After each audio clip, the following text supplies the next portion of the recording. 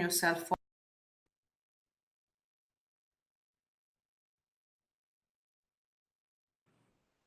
Good evening, everyone. Welcome and thanks for coming. We're expecting a very large group tonight, over 200. So I'm going to ask, as everyone's already doing, just to keep mics muted.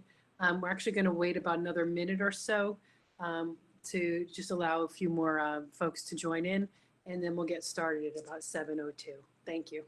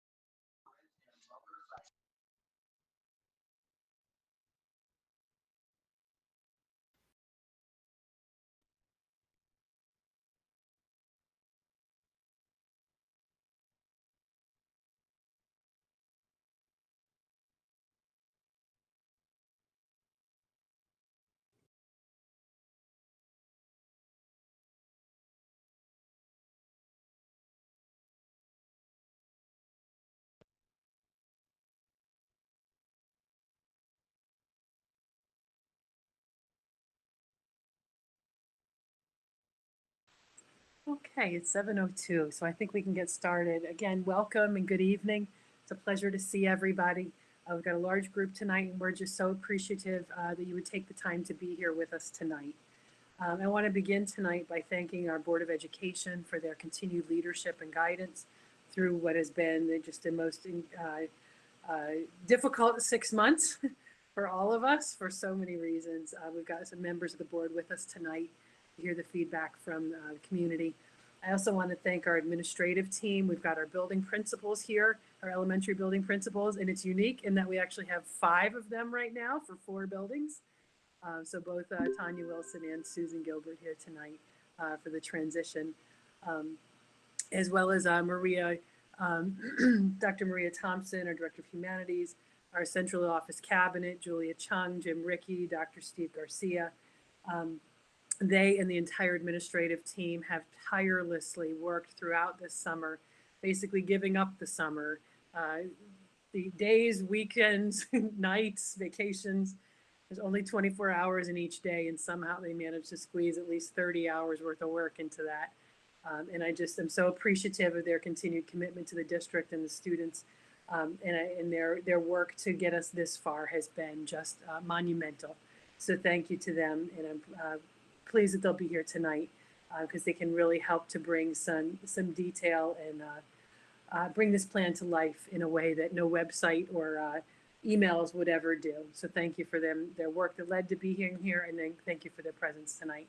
I also want to thank the teachers who are part of our subcommittees that developed this work, the people who will be they're in the classrooms or on the screens, whatever the scenario is, that are really boots on the ground about getting this work done. Their voice was incredibly important in knowing what works best for students and what works best for teachers so that they could bring those two together and have the synergy that is the classroom. So I thank you to them. And I thank you to the parent committees who helped us to vet out some of this work. We had the opportunity to share it while in process. We used a number of our standing committees in the district, our PTA Council, our Authentic Learning Committee, and our Community Engagement Committee. So thank you to those folks who were able to give us feedback throughout the process. We appreciate them, and we appreciate all of you who are taking the time to be here tonight. This is our 3rd session today, so if my voice is sounding a little raspy, this is hour number 5. We've had 4 hours so far of earlier meetings, and we anticipate tonight the presentation's probably about an hour and a half. We have been running a little bit longer, trying to answer some questions. So just so you know, thank you in advance for submitting questions when you signed up. We've gone through all those questions. I think the bulk will be answered as part of the presentation. I have a few that I've kept aside that may not be answered in the presentation that we'll circle back around to at the end. And then if we have time, we may be able to take a few questions from the chat as well. So pretty full evening. We are going to focus on elementary too, and that's going to help to expedite it. But again, I thank you for your commitment and your interest in being here, and certainly in your patience as we move through the fall and as now we plan for the spring. I would take that back. As we move through the spring and now we plan for the fall. As we headed into what works through the summer and are now heading into the fall, we know that all of us need to continue to expect the unexpected. But as we moved through the spring, we were getting new twists and turns at about every 2-week interval. So it was a lot of fits and starts, a lot of having to work reactively and to change on the fly. As we head into the start of school, it still is a bit of a moving target, in all honesty. And there's different pressures that are on all of us as we face some very, very difficult decisions about what is ahead of us. And certainly the media and social media don't always help us in those efforts. Those tend to really kind of add to the pressure, add to the noise that really complicate. They bring us good information, but they complicate the decisions in front of us.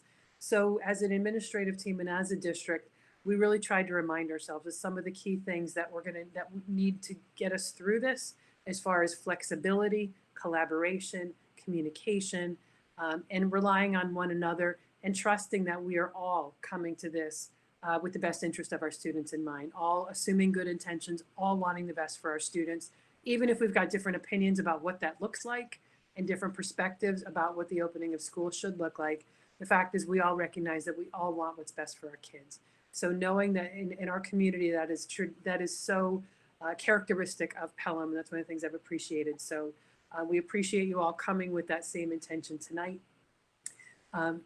As we all hope to bring some normalcy back to our children.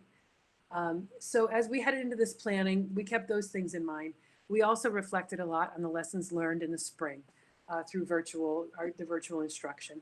And some of the biggest pieces that we walked away with that we heard, especially from elementary parents, was that they wanted more structure to the day, not just the beginning and end and not a whole lot in between, but more structure to the day. More direct instruction, period. So that was definitely a big ask, and I hope that you will see that has been built into the plan.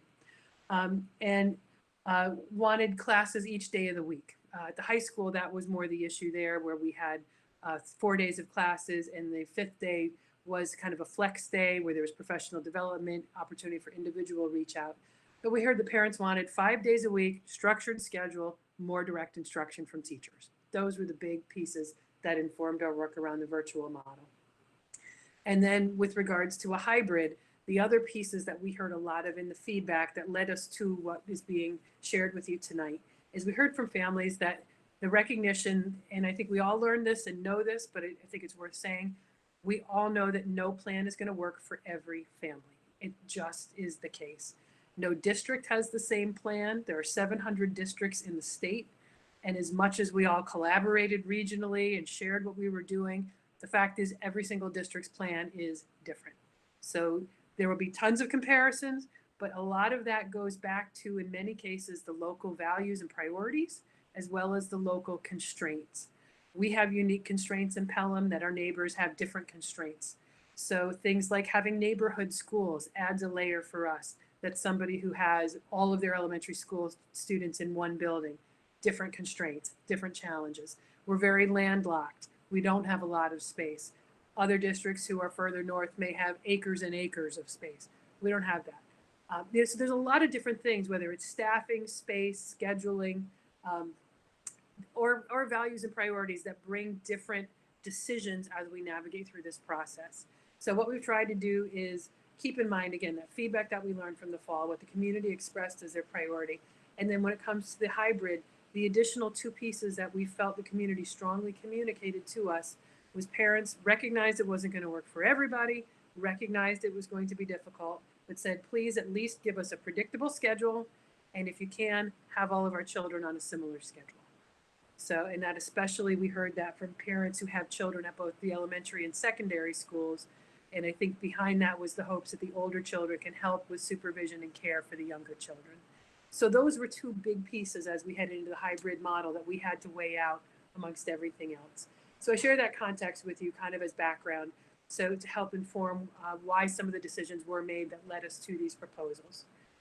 So with that, I am going to share my screen and we're going to head into our presentation for the evening.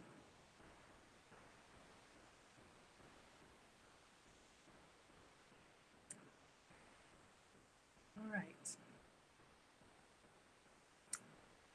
So again, welcome, and here we go. Our task, certainly as we head from the spring into the fall, is to figure out how we're going to reopen schools. And the mandate that we were given was to develop 3 different approaches to the reopening. So to look at what would it look like to return full in person to school, what changes and modifications would we need to make to safety, health protocols, procedures, facilities, how would we go about doing that if we came back full in person? Also needed to plan what would it look like if we wound up in full remote virtual learning again. So again, we learned a lot of lessons around that in the fall. Those 2 plans were kind of the knowns. We know what it's like to go to school in person. We know what virtual learning was like, what worked and what didn't work. So that's actually where we started with the planning process, starting with the knowns. So we had committees that were looking at health, safety, and logistics and scheduling, and we had committees that were looking at virtual learning, the elementary level as well as a secondary level. Start there, fleshed out what we felt were more robust, definitely a more robust virtual learning model. And on the in-person side, what are all the different factors we have to deal with? Once we had a clear picture of those 2, we then worked to bring them together to create the hybrid model, which is the most complex, the most challenging to implement, and has the most variability and the most challenges around it. But that's what we've done, and so tonight we share that with you. Toolbar is showing. So just to begin with, I wanted to address the news that we put out very recently that we were taking a full in-person return to school off the table. And when we talk about a full in-person return to school, that would be full enrollment, 100% attendance, with a normal bell schedule, things back to normal to a degree. If we do get to that point this year, my assumption is that's likely at a point in time in which we would have a vaccine potentially, or at a time to which social distancing is not a recommendation or is no longer necessary. Once we get to that point, we likely may still have to make some adjustments around large group gatherings such as lunch, music, et cetera. But the reason that we pulled that off the table at this point in time was not based on certainly the metrics of the region. The infection rate is probably as low as it's going to get, and the region is able to open.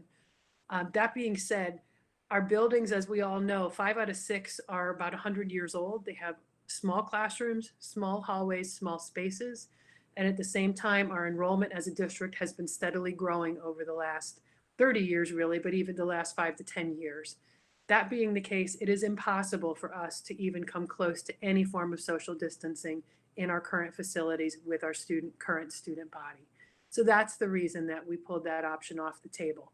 That is a recommendation by in both the State Department of Education guidelines as well as Department of Health guidelines. And while that remains a recommendation, we know that we cannot even make an attempt to do it.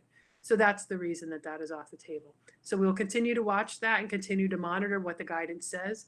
And again, hopefully we'll get to a point either a vaccine is available or social distancing is no longer needed, to where we can then look at a full in-person return to instruction. So that being said, I want to then start by going more fully through our virtual learning plan.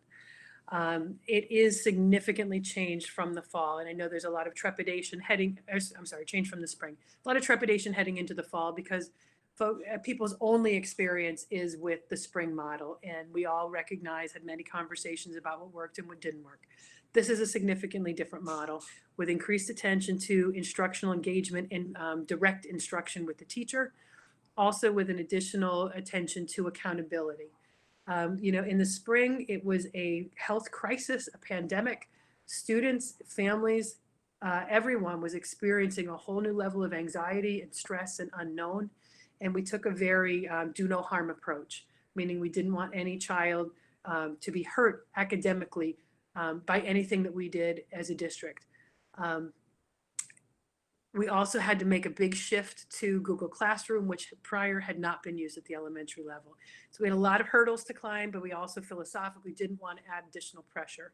But what we do recognize is that there was not enough feedback and feedback cycle and engagement with teachers being able to provide assignments to students, students being able to provide them back to teachers for feedback, for grading. So those kinds of processes we definitely are building in to be more in place as we approach the fall. Teams were meeting just this week to talk about those exact conversations. What is benchmarking going to look like? What are assessments going to look like? What's the feedback cycle going to be? What are report cards going to look like? And how are we going to grade students? So those conversations are happening. And as we approach the beginning of school, when your principals meet with you near the beginning of school, you're likely to hear more information about that. But please know that that accountability is being built in a way that we believe will support learning and be effective and motivating for students. We're going to continue to use a balance of synchronous and asynchronous work. So synchronous just for so we tend to get very jargon heavy. Synchronous is what we're doing now, live time, shared experience. Teacher and student are online engaging together at the same time. Asynchronous is work that's done outside of that environment where a student may go off independently, whether it's during class time or after class time or at a separate time. Often it's homework. That's kind of how we all think of it, but it's work that's done separate and apart from the lifetime engagement of classes. So you're going to continue to see a balance of that as we move forward. We did want to continue to maintain a priority on social emotional needs of students, which is going to be challenging given that at least a portion of our instruction will be through screens, but attention is being paid to that as far as things like kindergarten transition and some of the different programs that we're training teachers on, and asking them to spend time in the beginning of the school year in particular, taking more time than normal to build the classroom relationships and connections and learning environment, because we know how much more dependent we will be upon that. If students don't have that foundation, they will not learn. So we need to spend time on the beginning of establishing those relationships in that environment and then attending to it throughout the year as we move forward. We do as well need to remain sensitive to screen time for for all students. There is a diminishing return point, and we're attentive to that. We're not putting forward a plan that is expecting students to be like they're sitting watching C-SPAN all day and watching 4 hours of TV or 6 hours of screen time a day. We're creating an opportunity for that engagement within blocks of time, and there will be different instructional approaches within that block of time. Sometimes with whole groups, sometimes small groups, sometimes individual. And our principals will help to speak to that more as we go through the presentation. We also needed to build a plan that did allow time to meet the professional needs of teachers. This is very different than traditional instruction. And it is also very different teaching young children than it is teaching college, teaching adults. So we need to continue to provide time for them to develop lessons that will work effectively in this model, or a hybrid model for that matter, and to provide them additional training as necessary to be successful. So this is the new schedule that will be put into place for the spring. The white blocks are actual instructional periods. They're not nothing. They're actual instruction. So you'll see for the elementary level, there's a 2-hour block of instruction in the morning from 9 to 11, an hour off for lunch, and then another 2-hour block in the afternoon. And that is time when a teacher is on screen with the children. Weaved within that, based on our current 6-day cycle rotation, there's time set aside for interventions and enrichment. That's the IE blocks that rotate throughout. And also, students will now have the opportunity to see their specials teachers on their regular schedule as well. Live time on the Google Meet class with their specials teacher with their class. So we're excited to build those pieces in. And again, I want to add that within those blocks of time, teachers will be providing direct instruction, but then students will be having work time. So it's not a straight lecture. It's not 2 hours at a shot of direct instruction, but it's broken up, and it's really meant to be more designed, more similar to what a regular classroom is, just that we're doing it through a virtual screen. Going to move on to the next. So also within that, recognizing it's a somewhat abbreviated schedule, we decided to identify some minimums for our teachers. Um, whereas in the full schedule, we have certain amounts of time allocated, dedicated to those topics. We knew that we needed to create greater flexibility because with this model, we're no longer as dependent on the grade level templates that we were using in the spring. With, again, trying to make this much more of a typical classroom setting. So teachers will be designing their own lessons. They'll be using Google Classroom to push out all the learning materials to their students, their own students, and they need to have the freedom and autonomy to use their own personal gifts and talents and the art side of teaching and to match those with the needs of the learners in their classroom. So given that, we wanted to define at least minimum times that each day they would spend at least 30 minutes on math, 30 on writing, 30 on reading. Of course, we're going to continue to start the day with our morning meeting because we do believe, again, establishing that classroom environment connection is the foundation to everything else. We're really excited this year to be training the next cohort of teachers on responsive classroom, which is the overlying social emotional learning approach that we're implementing at the elementary level. And morning meeting is a cornerstone of that approach. So we'll have more people that are more skilled in doing that, starting the day with it and then transitioning into instruction. At this point, I am going to call upon one of our principals, Trish Fitzgerald from Hutchinson School, and just ask if you could maybe just add a little bit more color to what I've shared about the vision for what the instructional day might look like for our elementary students and teachers. Sure. So the idea was to really, like Dr. Champ said, focus on morning meeting, but we also know that we want to spend some time throughout the day focusing on social emotional learning and doing some mood check-ins and really see how our kids are handling the hybrid or the virtual schedule, whatever we happen to be in at the time, so that we can best address their needs. So we left it a little bit flexible, knowing that teachers need to teach reading, writing, and math. And that those different blocks will expand or condense based on what the needs of the kids are for them. So that's where you see like those time minimums are there. So we know that there'll be a minimum of a 30-minute reading lesson, but for some days it might go longer. For some days it might be just the 30 minutes because maybe the math is going to be a little bit longer. It really gives the teacher the autonomy to figure out what is best for the kid sitting in front of he or she and really meet the needs of them. So that is why the schedule, it has a little bit of flexibility in there. And it's really, the other piece of it is that we know that we're going to be doing mini lessons, but we also want to do some small group with the kids that are in the classroom. And when we're virtual, to do some small group lessons with them as well. And so those will be built into the blocks of time too. Thank you, Trista. So just some of the key details at the elementary level. Certainly we're going to have Chromebooks available for students at the elementary level as we did in the fall. We've got them, the plan is to have classroom sets of them available for the upper grades and then the younger grades available upon request for the K through 2 students. Again, as we did in the fall, if any family is in need, please notify your principal. We did send a survey around, I think it was last week, trying to identify students who needed Chromebooks, reliable internet, as well as identify any students who had health issues that may prevent them from coming to school, so that we would know students that may need additional supports from us to learn successfully in that virtual environment. We are continuing to use Google Meet for instruction as the learning management, Google Meet for the live instruction sessions and Google Classroom for the learning management system. Our teachers are going to be going through additional training on that when we come back in September.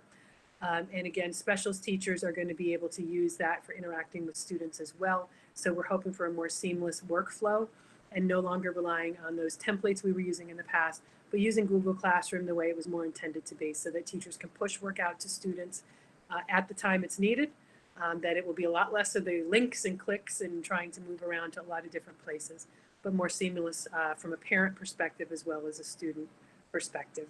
And students will be able to submit work back to teachers through the system as well. We've already touched on teachers designing their own materials.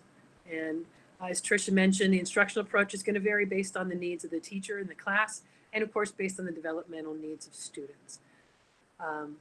we touched on that. I think we've touched on everything on this slide. And Trish even mentioned the movement breaks and screen breaks that will be built into the day. That is, again, going to be important for endurance and for motivation and focus for our students. Attention span, certainly the younger the student, the shorter the attention span. So teachers will be attending to that throughout their instruction. We want just to also highlight a couple other features, and I'm going to call on Julia first to speak a little bit about special education and how we're working to meet the needs of students with disabilities while we're in virtual learning. And then after that, if Trish again may speak to specific to kindergarten. Sure, thank you, Dr. Champ. So very different than spring. You know, this schedule that we have very much mirrors what every day looks like, what a typical schedule looks like. So we have the EI blocks that are built in, and those are the opportunities where our students who receive special education services are getting the services, and so they're completely built into the day. And so the students, whatever is recommended on the program and related services on the students' IEPs, we should be able to provide those services. I know spring was a little bit more challenging because we had just come off of being in school and we were trying to manage the pandemic, like Dr. Champ had mentioned earlier. But with this new plan schedule, we definitely have the times built in. So I think special education services will be provided as needed. Great, thank you. And Trish, a little bit about kindergarten specifically, if you would, please. Yeah. So probably one of the hardest things about being out of school this spring is we weren't able to do any of our transition activities with our incoming kindergartners. And that's really the time that the kindergarten team and the building principals get a chance to welcome our newest students coming into the building. We give them tours. We make them try to feel as comfortable as possible so that when they transition in September, they're ready to come to school. I mean, typically there always are some, a little separation anxiety happening on the first few days of school, and that's typical. But really the days for our transition activities, such as our story hours and our kindergarten screening, those really do help our students. And unfortunately, we weren't able to do that this spring. So what we're hoping to do this year is to use the first 4 days of our school to kind of do a little bit of that work, but to do it one-on-one with kids. So you'll be receiving a schedule with when your child will be coming into the school. The classroom teacher will greet you outside, so the families will actually get a chance to meet the teacher. The child will get a chance to see the teacher. The teacher will also, go over some activities and some routines with the child, show them the classroom, and do a couple of small activities, sort of like a kindergarten screening, just to get to know them a little bit better. This will be a one-on-one time for the child and the teacher to create that connection. So we'll use the first 4 days to do that. And then the classroom teachers will also host a Google Meet during those 4 days so that the students also get to see the teacher without the mask. Because when they're going to be doing this one-on-one time together, the teacher will have to have the mask on, the student will have to have the mask on, but that Google Meet will be the chance for them all to take their masks off and get to see the friends maybe they knew from preschool or from their neighborhood, see who's in their class, but most importantly, see their classroom teacher as well. So we're hoping that this slower transition for our incoming kindergartners will help them feel more at ease, get them used to the different buildings and their teacher, so that when they do come to school for their actual learning on the hybrid days, they'll feel more comfortable in that process. Thank you. And as Trish mentioned, the first 4 days of school for kindergarten will be this transition process, which reminded me the board approved an updated, revised school calendar just this Monday evening. What we did in that calendar is added 2 superintendent's conference days in September. So now we'll have a total of 4 training days, superintendent's conference days, which means that the students will not begin their first day of classes until September 10th. That was a slight change, so I want to make sure that folks are aware of that. It'll be up on our website as well. The first day will be September 10th. Okay. So that actually covers the bulk of our virtual learning plan. We're going to skip some slides here because this is secondary in nature. and then really go from there to our hybrid model. We know what full in-person instruction looks like. We know what we just discussed, what the virtual learning model will look like. What we did with the hybrid model then is try to bring those two together. And as we did that, again, we went back to that feedback that I mentioned earlier about predictability of a schedule for families and families being on the same schedule to assist with childcare. So that when we looked at, we talked about feasibility for families and students, those were the drivers behind how we evaluated the options. We also, of course, had to find models that would allow for the health and safety of students and allow us to complete all the regulations and guidelines accordingly. So you probably remember about a month ago, we surveyed which models might be feasible for families. There were 4 models that most districts were looking at, and that was an every other day model of a hybrid, maybe an every other week model, AM/PM model, and a model where all the younger students were all in school, older students were home. We received a ton of feedback on those and evaluated them based on these criteria here as we made the decision, because we knew we needed to anchor any decision we made. Nothing was going to be perfect. Nothing was going to address all the needs. So we needed to anchor the decision around some key priorities. So again, health and safety, whatever we picked, had to give us the ability to meet the health and safety needs of staff and students. We had to be able to clean the buildings and put these safety protocols in place. That was one where the AM/PM schedule actually was quite a challenge for us, because we don't have the capacity to clean all the classrooms in 1 hour's time, given our limited custodial staff and the way that our buildings are spread out. We wanted to plan a model that provides for the social and emotional needs of students. Again, that can be done a lot of different ways. That for the plan that was ruled out largely based on that was the idea of an every other week rotation, because we'd have students that wouldn't be seeing their teacher for up to 10 days, which would not allow that kind of classroom connection that we've been talking so much about already.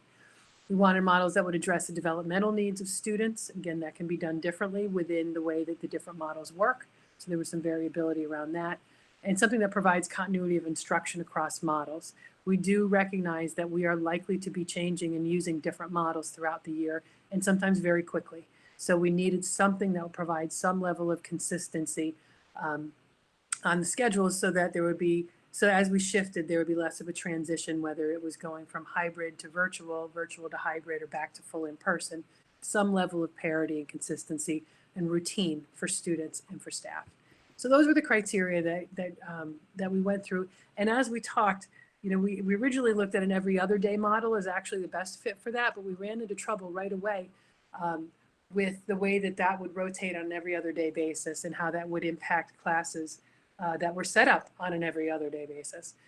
So that led us to brainstorm and to come up with the plan that we moved forward with, which was kind of a 2-day rotating model.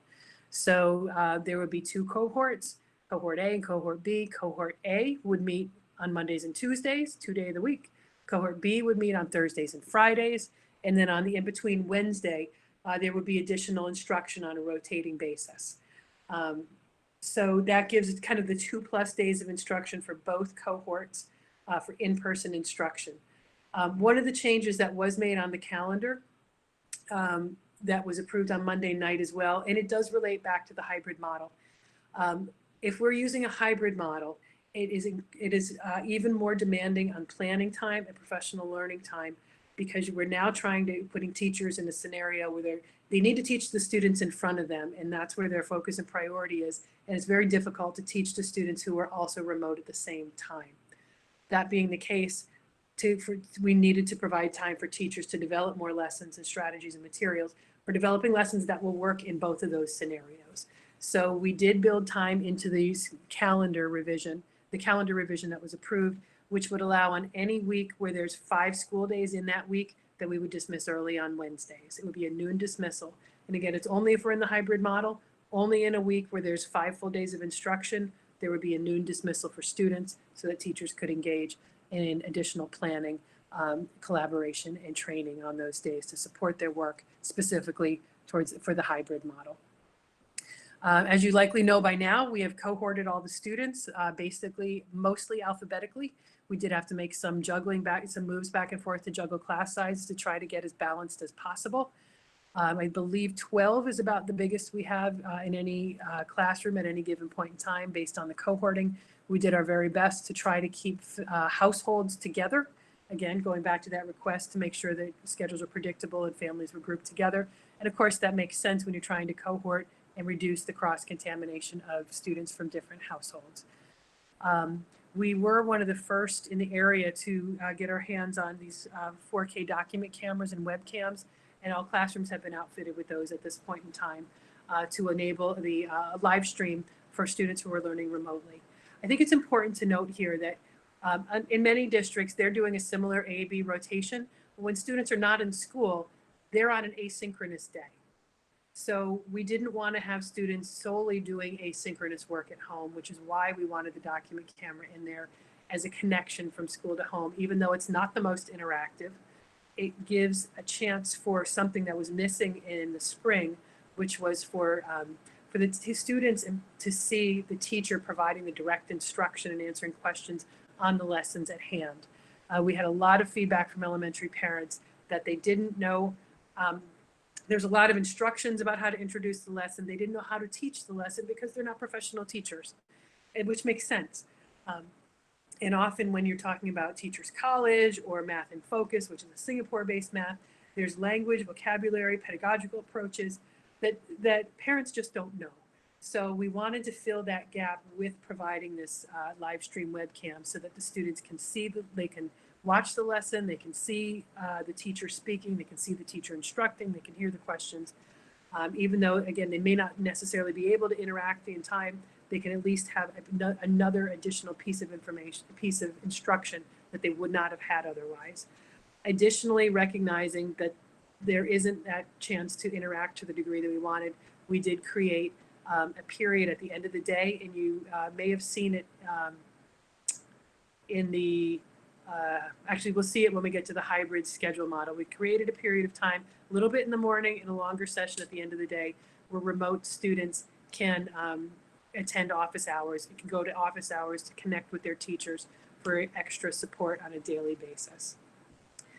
The hybrid model does allow students who are home to also be, they're not only seeing and hearing the lesson, they're also getting the same exact lesson materials that are being given to the students in class. If a teacher is doing something on the smartboard and posting it to students, the students at home will get that as well in live time, just along with their peers in the class. This approach does allow us, again, which I've said before, to reduce the number of students in the class to about 50%, so reduce density to better enable social distancing. And the schedule that you will see momentarily does take that all into account, does try to balance the delivery of curriculum with screen time. So we wanted to be sure that we're providing more direct instruction, covering more of the curriculum, but also being attentive to screen time, especially since these are young learners. And at the same time, building in time for professional responsibilities, which I mentioned before. So this is the schedule that'll be implemented for the hybrid model. It's kind of a halfway in between to a degree.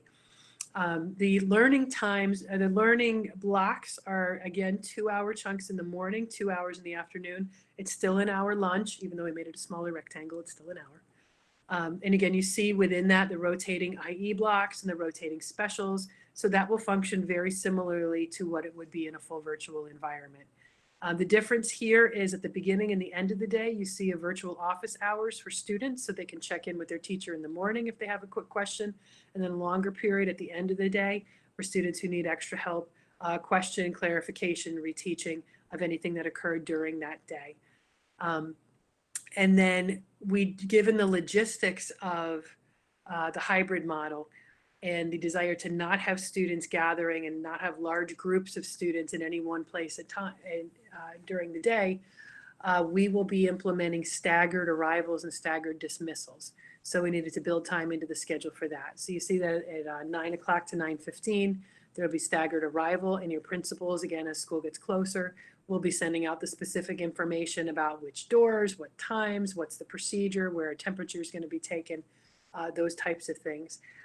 We are actually, each school is going to be putting out a parent-student handbook, probably around the 28th of August, that has certainly the district level information, but it will have specifics to each building as far as exactly those things, times, doors, procedures, specific to the school. So you've got that information at hand for your specific buildings. And again, rolling dismissal, similar type thing, trying to do that in a way that will minimize grouping, gathering, and having any large, lineups of students in any one given place, and virtual office hours at the end of the day again. So the key details, just to mention there, much of this we may have already mentioned. So I'm not going to restate every bullet. I will point out, unfortunately, given the constraints around the social distancing and the regulations related to certain music classes, and honestly, paired with constraints around the logistics of the buildings, we're not going to be able to have chorus, band, and orchestra for the time being. We are repurposing a lot of our larger spaces, such as gymnasiums, for instruction and for other activities. So at this point, we're not in a position to be able to offer a chorus, band, and orchestra. They were going to be moved to before school this year anyways, but given the logistics around arrival and arrival in particular, we're not going to be able to do that for the time being. We do anticipate that we will still be moving forward with band and orchestra lessons. And knowing our music teachers, I would fully anticipate we'll see some virtual performances. So we are still continuing with instruction in those areas, but unfortunately, we're going to have to adjust in that way for the time being. We are looking for ways to prioritize instruction for our students with disabilities and our English language learners. I'm going to just toss to Julia again real quick. If you could touch on in the hybrid model a little bit about special class instruction. Sure. In the hybrid model, when we're looking at students with disabilities, there's a wide range of need. And what we're trying to do is prioritize the students with the most amount of needs, because as much as we would love to have every student in every single day, that's just not feasible.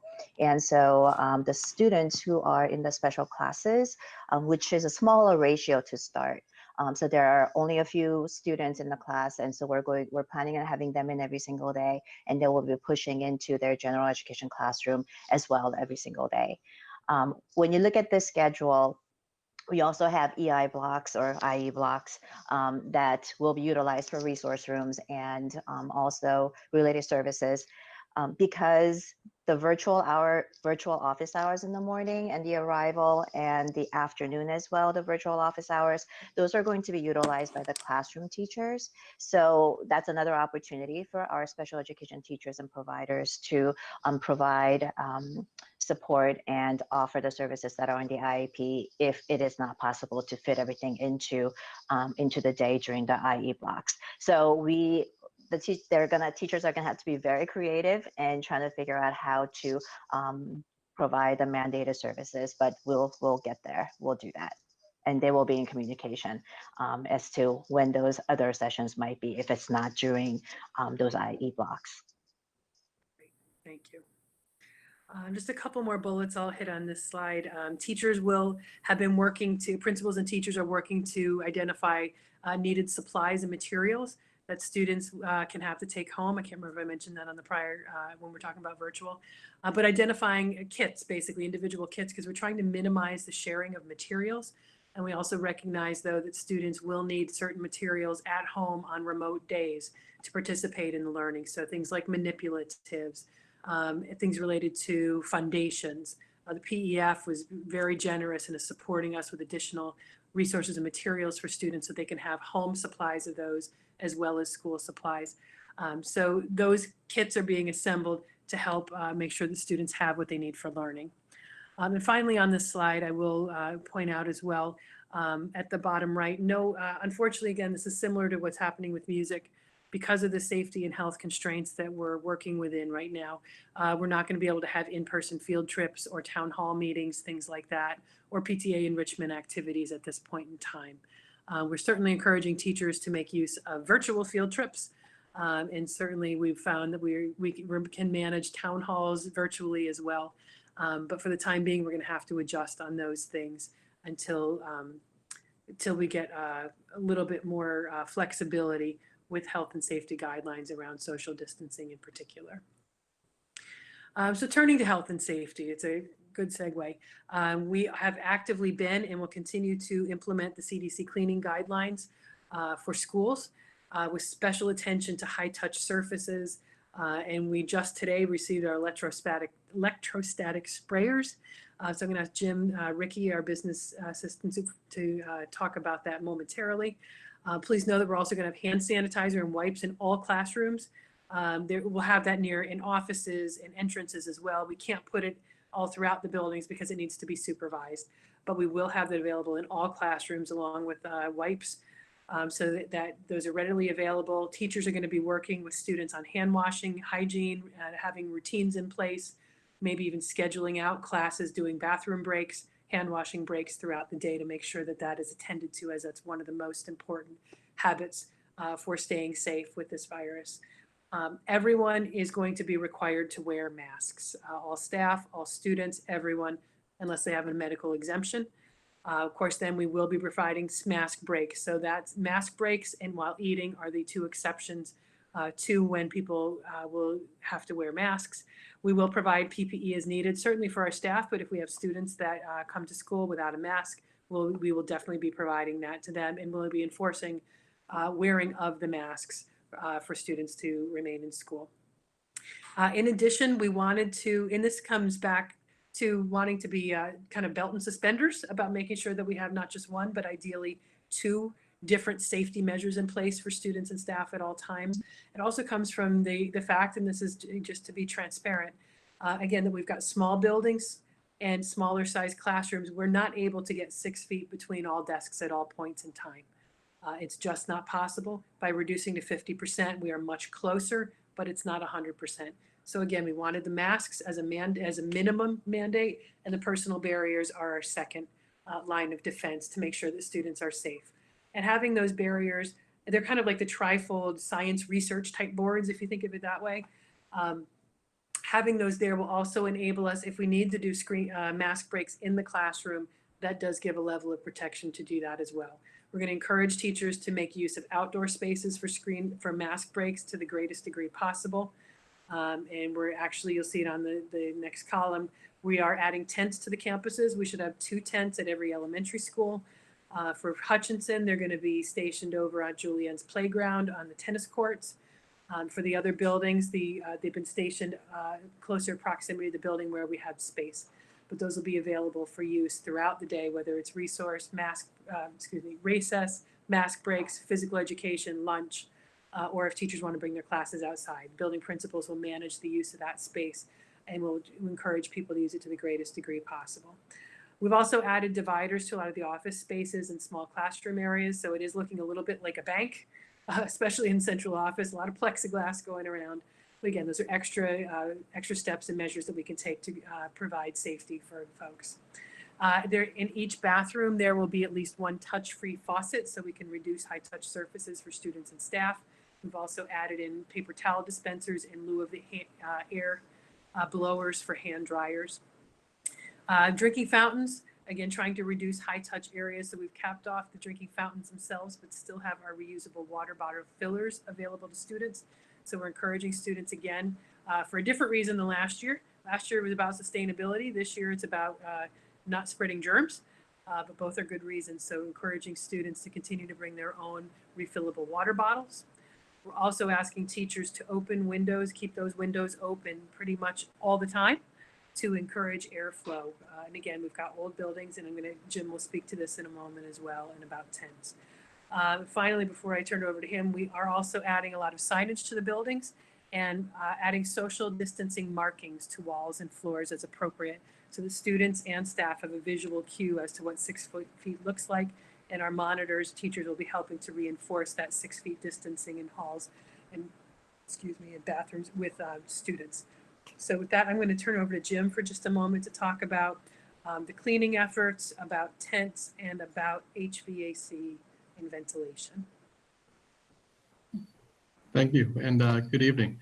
To talk a little bit about the CDC cleaning guidelines that we need to follow, just so you know, we need to, obviously every day we need to clean before we can disinfect anything. So our custodial staff, every night, they will be cleaning all the surfaces, wiping them down, and then in the evening, after they clean them, using our electrostatic sprayers, which add a positive charge to the cleaning solution. It helps that sanitize the surfaces that we want to sanitize. We have a minimum of 2 of these sprayers in each of the schools. We're fortunate that they have been delivered, and we're able to put them into use, which is really terrific. During the day, we're also going to be looking to sanitize those high-touch areas, which you would say are the door handles, sink handles, if you do use sinks in certain areas. Although we do, like Dr. Champ said, we will have touch-free in at least in every one of the bathrooms, the communal bathrooms. The drinking fountain areas, if you have to push anything. Again, any of those high-touch areas, stair railings, those types of places, we'll have custodial staff doing that during the day. We've got a regular schedule for routine cleaning and disinfectant. As we look at our ventilation, we've engaged the services through our architect to hire a professional engineer to evaluate the district's ventilation systems and the HVAC systems at the middle school to see what we can do to better ourselves as far as providing fresh air and a better environment for everybody. As Dr. Champ mentioned, we do have old schools and we don't have a lot of HVAC in the system throughout the district, but we want to have a full evaluation of what we have, and we'll be getting recommendations from them as well. We've installed plenty of physical barriers with Lexan or polycarbonate glass. We have done this in many different areas throughout the school, and we'll be prepared to add more as needed, which is terrific. We've also done this in the food service area, at the high school, middle school, and that also helps with single servings or single service or food that'll be packaged all in single service packaging, so that there's not any open food on that food line. With regard to tents, we also did engage the services of our architect. They developed a site plan for the district and are submitting plans to the New York State Office of Facilities for Education. We have to make sure that we follow the rules in putting in these tents. As Dr. Champ said, we look at having 2 tents for every school, for every elementary school, 20 by 30, approximately 600 square feet. And then at the middle school, high school, we anticipate having 12 tents there. And we plan on putting those on the Ingalls and Franklin Field areas. In the areas where they're not enclosed by a fence, we would have to put a temporary fencing measure. More than likely, this is at the Prospect Hill area. We have a bid out for tents and deliveries and installation, and we're also working with tent vendors as well. Let's see, so we talked about our cleaning, we talked about our tents, and we talked about our ventilation. And again, we're just looking about all those physical barriers, a lot of cleaning, and making sure everyone has all the supplies that they needed. So we have the antibacterial wipes, we have the Purell type solution, the hand sanitizer, and we have masks throughout the district. And we'll also have other PPE available to staff as needed. Great, thank you, Jim. Mm-hmm. So moving on to a couple other more health and safety items. We are enforcing the travel quarantine ban, so that it's, for planning purposes, since school does start on September 10th, please be cognizant of that if you are traveling between now and the start of school. If we will be requiring students to quarantine for 14 days. We are trusting parents to be honest about that and to do what is necessary to adhere to that. Students will not be penalized attendance-wise for any quarantine period that is mandated by a state, by the Department of Health, by their doctor. But please plan accordingly, because we do hope, that if we are in person for instruction, we hope to have all students there. I would hate to have them miss out on those few days. Staggered arrival and dismissals we have talked about, so I'm not going to spend time there, but again, principals will give you more information on that as the time gets closer. Daily health screenings and temperature checks. This is something that is required by regulations, and the recommendations from the New York State Department of Education are that parents take temperatures at home before sending students to school. And that is the approach that we are taking as well. We're going to be asking all parents, this is where we very much need your help, to take students' temperatures daily before sending them to school. And there will also be a daily health screening questionnaire that we will be requiring you to send in, and has to do with symptoms related to COVID. So does your child have a temperature? Does your child have any of these symptoms related to COVID? At the elementary level, since most students don't have smartphones, we are going to basically be doing kind of an old school approach, a paper that students will need to bring with them every day with your signature and your having answered those specific questions before they will be allowed into the building. So again, there'll be specific doors these children are assigned to. They're to go to those doors with that paper ready to go. Our district doctor actually recommends that you take temperature the night before, so it's still within 24 hours of coming to school, but so that the temperature is most accurate right at bedtime. But anyways, bringing that every day. If students do come and you've forgotten to do that, we will have somewhere that we can send them over to a different door where they can discreetly have their temperature taken and those questions be asked, so that we can handle that at the door. It's not feasible for us to do it for all students at school every day. We would never get to instruction, and we would have the potential for buildup of students as they're waiting to be screened. So again, the recommendation from the Department of Education is that it's done at home. And this is where, we have to say, and Julia said it beautifully earlier, you trust us to take care of your children each day. We're trusting you to be honest with us about their medical needs. This of all years, and I implore and beg that everyone, as difficult as it is, as hard as it is, and as stressful it is, given the work and childcare responsibilities and challenges that you're facing, please do not send your children to school sick. Do not give them a Tylenol, hope their temperature goes down, and send them in, because you're now endangering everybody. And it's always been a risk to everybody, but in this day and age, we know that what we do, our behavior, impacts everybody around us directly. So please, if your child is sick, keep them home. We will work with you. We'll do everything we can. They've even got remote learning now available to them at home, so they're not going to miss out. Please do not send them if they have a temperature, and please be honest with us in this so that we can all work together to make sure that we take care of everybody's children. As far as once students do come to school, they will remain in their classroom for the bulk of the day, for all of their regular instruction, for their specials, and for lunch. So the specials teachers will come to them. If there's any equipment or supplies needed, the specials teachers will bring that to them. Of course, it'll be sanitized between uses if it's being used with different groups of students, and the teachers will come around to them. And that is because they're cohorted, and because we want to minimize contact with other cohorts, we will come to them. Lunch will also be held in the classroom. I'll get to PE in a second. Lunch will be in the classroom as well, and same things. Each student will have their own desk. They will have their own space in the room, and that's where they're going to be, so that they are, to a degree, keeping to themselves. We are not going to be using lockers or cubbies or coat rooms. So again, we're going to ask that parents minimize what you send your child in with. Obviously, they need their supplies for the day. They need snack, they need their coat, jacket, whatever. But whatever they bring is going to have to go in their desk or on their chair in a backpack. So please just know that that's kind of the environment, and please plan accordingly as you're preparing them and loading them up for the day. We are looking for parents to help volunteer to supervise lunch. We're going to have monitors, certainly, but we're going to definitely need a fleet of parents to help with arrival in the morning, again, with helping collecting those forms and checking students in. And we're also going to need folks that can commit to helping us with supervising lunch, since it's in the classroom.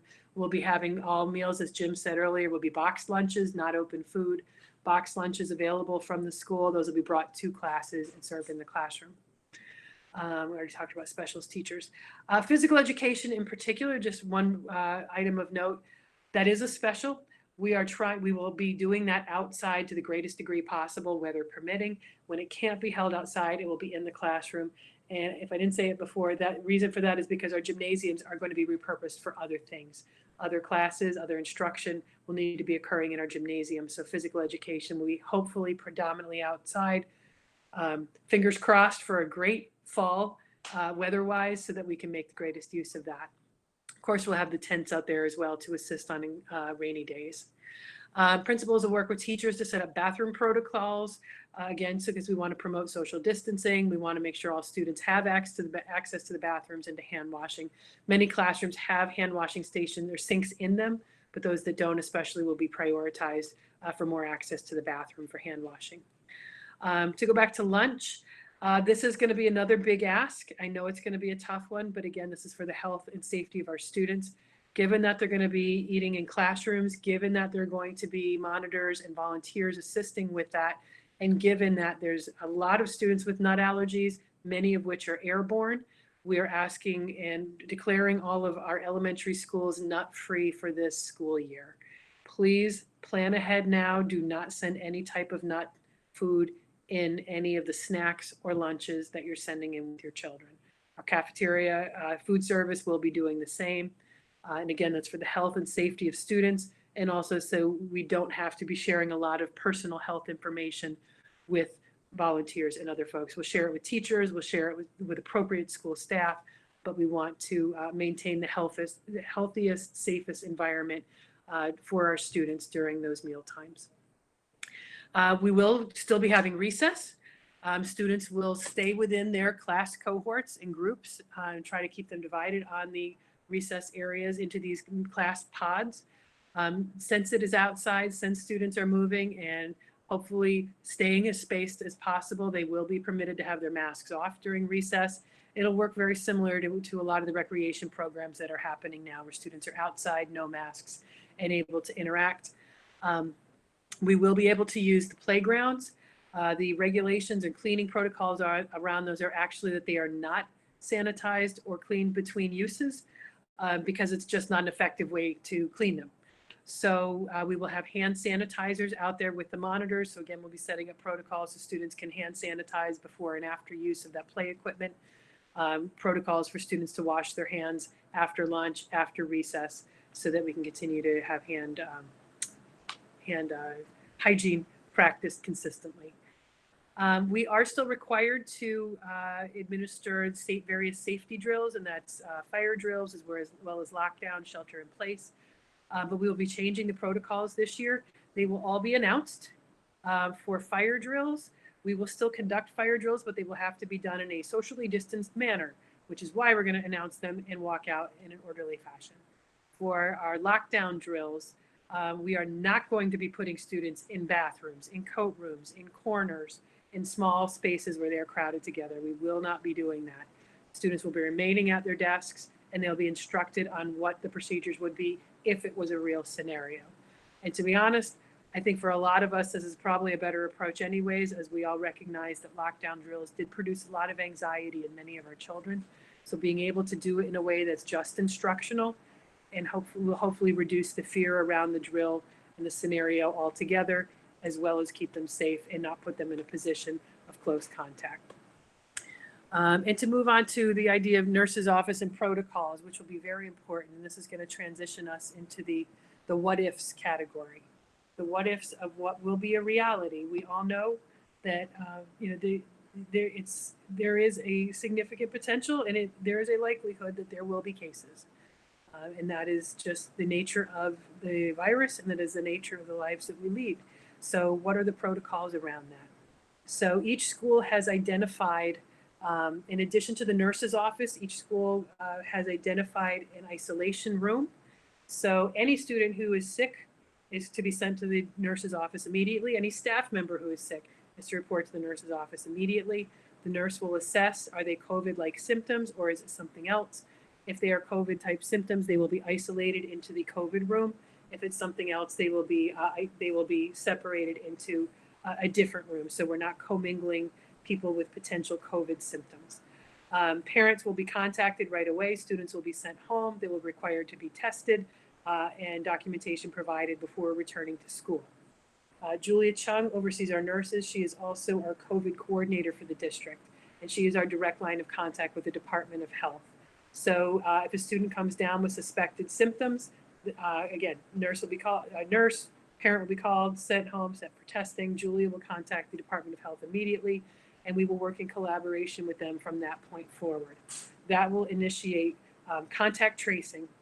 In collaboration with the Department of Health, they will determine who constitutes a close contact versus a proximate contact. Those who are close contacts will be contacted and likely told to quarantine for 14 days. There's some variations in that, but in essence, that's to what is to be expected. The district will be helping to provide class lists, schedules, contact information, birth dates, all that information so that they have a way of identifying who are considered close contacts and contacting with them for notification. When they can't contact, we will of course assist in contacting people as well, because contact tracing will help us to determine what the scope of this is, and that will really be the trigger of what may cause a classroom, a school, or potentially a district level shutdown. It really goes back to how the cascading of contact tracing and how that impacts the school. So again, people will be instructed to quarantine as appropriate by the Department of Health, according to their guidance. Those who are told to quarantine, those adults and students who are told to quarantine, will immediately shift to full remote learning. So again, if a student becomes sick while in school, contact Department of Health. The class may be told to quarantine, so that class and the teacher the next day would begin with virtual learning instead of in-person learning. We unfortunately do not have the capacity to do testing ourselves, nor does Westchester County Department of Health. We wish that were not the case, but the testing the way it is in the country at this point is just not where we need it to be, nor do we have the authority or capacity to do it ourselves. We are fortunate, though, that there are many resources in the county and that in the state testing is free. We're extremely lucky that we have Glen Island right in our backyard, which still seems to be one of the fastest turnaround times on testing. So again, as we deal with any particular case, recommendations can be provided for where testing is available, when to test, and paired that with quarantine and the documentation that will be required for people to come back to school if they had been requested to test. You can expect, should we get a case, the minimum closure will be 24 hours. Likely it'll be more like 24 to 48 hours. The cleaning protocols when someone is symptomatic at school recommend that the area is closed down for 24 hours before cleaning and then clean, so it's the most effective clean. And our experience on contact tracing is that it's taking, from our experience in other districts, is that often takes more than 24 hours to run its full process. So likely any group impacted would be quarantined and switched to virtual for at least 24 to 48 hours. And then the Department of Health would then provide guidance and counsel to us on whether we reopened after that short time or whether we were to remain closed for a longer duration for the 14 days. And as I said, closures could be done at the classroom, school, or district level, and that will be really determined by the scope and the length of, it really is going to be determined by the contact tracing. And I say it that way because a lot of people have asked for, what are the metrics for closing or what are the metrics for opening? The regional infection rate is very low. The numbers are very low, and they are. That I don't think, it's hard to say what those metrics would be because Pelham is a very small portion of that. So the relevance of that for our community on its own are not necessarily what are going to trigger us to open or close. It really is going to be the contact tracing, the quarantines that come from that, and what the impact is on that on the functioning of the school. So as an example, if it's one student in a class, that class is likely to be quarantined in that teacher. If that student has siblings, then that student's siblings class may also be quarantined. It could stretch to different buildings if they have siblings in different buildings. If it's a shared staff member who's sick and they teach between all 4 elementary schools or between the elementary and the middle school, you now have an expansion of that network of quarantines that could span multiple buildings. So those are the kinds of things, as we see the scope of where those contacts lead us and the length of the closures as recommended by the Department of Health, that will likely determine at what point we could potentially close a school or a district if it renders us to a point that we're unable to function safely due to a lack of staff is really realistically the likely playing out of those variables to their end. But again, we're not going to know that. It's going to be a case-by-case situation, and that's where we'll work hand in hand with the Department of Health.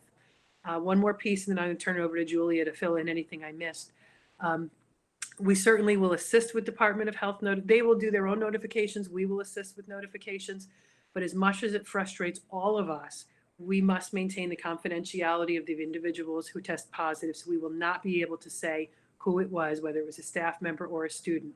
We likely can say a student in your child's class or a staff member in your child's school, but we will not be able to release identifying information. We will, of course, send messages out the same way we typically do, whether it's via email, text, or call, and would also pair any communication of a shift to virtual learning at whatever scope or level, through those same methods of communication. Julia, do you want to supplement that for me? I think you pretty much covered everything, but I do want to assure the parents that the Department of Health, just from our summer experience, they've been extremely timely in their responses. Even on weekends, they responded to me right away. I have some key people's cell phone numbers and they have mine. And so they have been great at communicating with me, asking for assistance if they need it. They do need to verify whenever we report a positive case, they do need to verify through their system that that is the case, because they said they have heard that some may report a false positive. So, but there is a process in place. There's a whole team that meets every single day. And so when I reported something, they actually had to take it to the team. And so they made judgment calls as to what the situation is. I have to describe everything. They make contacts. They ask everybody. The contact tracing people will call everyone. I believe there's a website where you could tell how many people have been identified as having tested positive in our community. I believe right now there are 3 families in Pelham. I did check earlier, but they will not tell us who they are, obviously, because we have nothing to do with that family in terms of whether we should know or not. They will always look at and keep the privacy of the people that tested positive. They will only let people know if they need to know. And that's what we're also directed to do. So again, like Dr. Champ said, we must keep privacy for folks and confidentiality, but definitely if it is something that's going to impact you or your family, you will be notified. So thank you. Thank you. Okay, so that covers, this goes into secondary, so I'm going to skip this. So that really covers the bulk of the hybrid model. Couple of additional key points before we move to the last topic. We are restricting visitors. Certainly, as I said, we are looking for volunteers to assist, and those will be folks that would have signed up and coordinated through Julia and through the principals to assist us with some of the main tasks that need to be done in light of these logistics. But we will only be allowing district business visitors beyond that, and only as essential. If we've got contractors that need to come in and do work, et cetera. So if your child forgets something, you probably have to drop it off at the door, but not be permitted into the building. So we really apologize in advance for that. We very much enjoy having parents in our schools because they're such an incredible help and partner in so many things that we do from day to day. But for the time being, we will be restricting visitors. We are looking to bring on for this year in particular, given all these challenges, some additional substitute teachers. We normally have not had building permanent substitutes, as we call them. But given the challenges and given the need to have some folks available that know the protocols and procedures and safety processes of the building, we want to have a couple people that are coming as substitutes every day to be trained on that. They can jump in. And if they're not busy covering classes, they could also be an extra set of hands to help provide the support to students and teachers. As Jim mentioned, we will continue with food service as we did in the spring. Breakfast and lunch will be available for any student who is in need. We have, about 10% of our students district-wide qualify for free and reduced lunch. COVID and the economy has impacted the economy such that many more families are actually in need, even if they're not formally part of that program. So we will have those meals available. And that they would be available for students whether they're in person or whether they're on whether they're on a remote day. And principals will have a time and a location for students and families to come to pick those meals up if they are on a remote day. And again, we did our survey for Chromebooks and internet hotspots. If you have a need or that your need changes, please notify your building principal and they'll make sure that we connect you with the resources that you need. Throughout the summer, our teachers are certainly not at school for the summer, but we do offer professional development, and we've had a wonderful array of training over this past week, the current week, and we're going to be continuing that through these additional superintendent's conference days that were added to the calendar. So kudos to our curriculum directors, Dr. Thompson, Dr. Callahan, and Mr. Sabalos, who have all worked to set up various workshops. And kudos to our teachers who are taking time out of their summer to come. All of the sessions have been fully subscribed. We've had to add additional sessions, which is really exciting because it shows that our teachers are actively ready, eager, and willing to come and to learn some new techniques so that they can be successful and effective with their students in this new environment.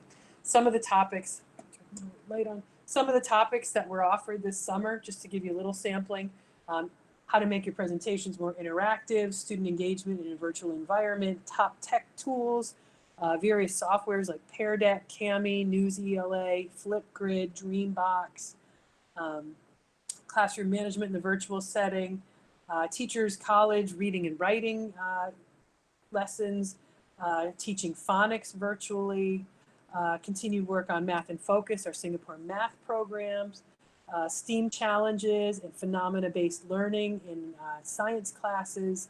And also, I'm sure folks are very, remember the focus of our strategic plan that's also looking at building cultural competence. So our teachers have also engaged in workshops this summer by Facing History and Ourselves, workshops that focused on civics instruction, civic discourse, and responsive, inclusive, culturally responsive and inclusive pedagogy for math and science. It's just some of the opportunities that have presented themselves.